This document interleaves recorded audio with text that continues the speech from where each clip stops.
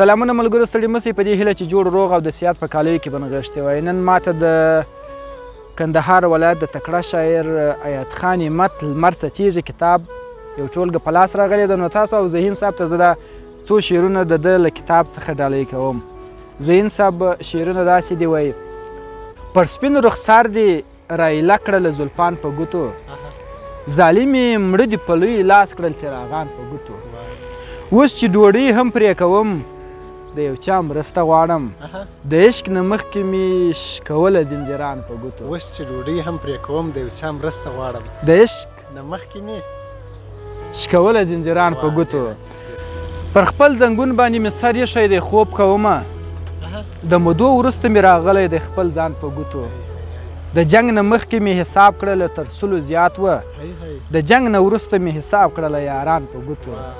د خیال په ښار کې مې یو داسې څهره سته همته، داسې تصویر دی جوړ به نسي د انسان په ګوتو، داسې تصویر دی جوړ به نسي د انسان په ګوتو. ما ورته نه ویله خو ده د چا د نه اورېده، مینه تاوان لري خو زړه د چا د نه اورېده. موږ ویل مې ساته جنابه د بلا بچي دي، باچا سرزوری و هغه د چا د نه اورېده. ما ورته چیغې کړې چې مه ورځه کوهۍ د مخ ده، ما ورته چیغې کړې چې مه ورځه کوهۍ دی مخ ته، هغه ړانده هغه کاڼه د چا د نه اورېده. جنګ ته رهي خلکو ته غږ وسو چې سوله خیر ده، چوله راستانه سوه پښتانه د چا د نه اورېده. په ښار کې جار و چا ویل ښه دی چا ویل بد دی همت، زه را رهي وم ما څه د چا د نه اورېده. سیند په کوزه کې ځایول په ذوالجلال سخته ده، د نوښتو ډکه غزل په ذوالجلال سخته ده.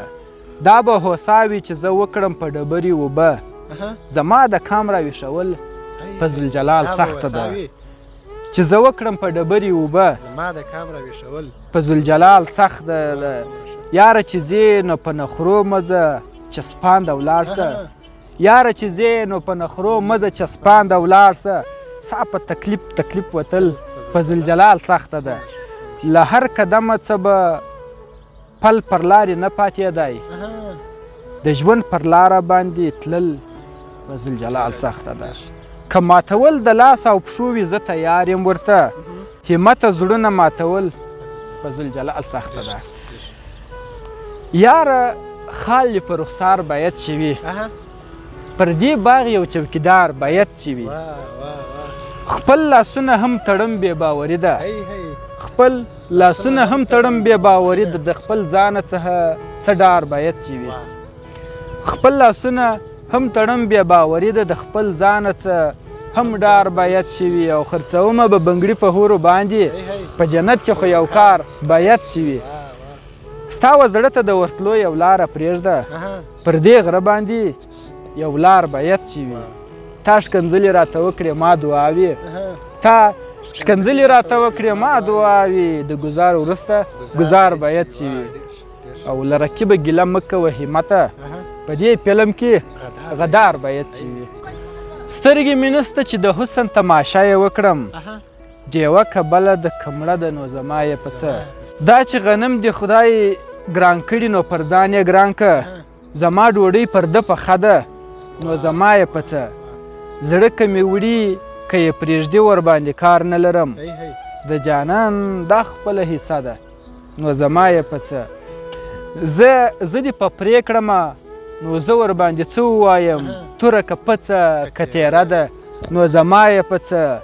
زما له تا څخه چاره نسته په تا پسې یم، زما له تا څخه چاره نسته په تا پسې یم. ډېره مننه. زما له تا څخه چاره نسته په تا پسې یم، ستا چې زما څخه چاره ده نو زما یې په څه. او زه په پوهېږم همته مور چراغ دی د کور، دا چې زما پر کور تیاره ده نو زما یې په څه. نو ډېرو درنو قدرمندو لیدونکو، دا وه د ایاد خان همت لمر څڅیږي څو شعرونه تاسو او محترم ذهین صاحب ته دې په ډېره مینه ډالۍ وي.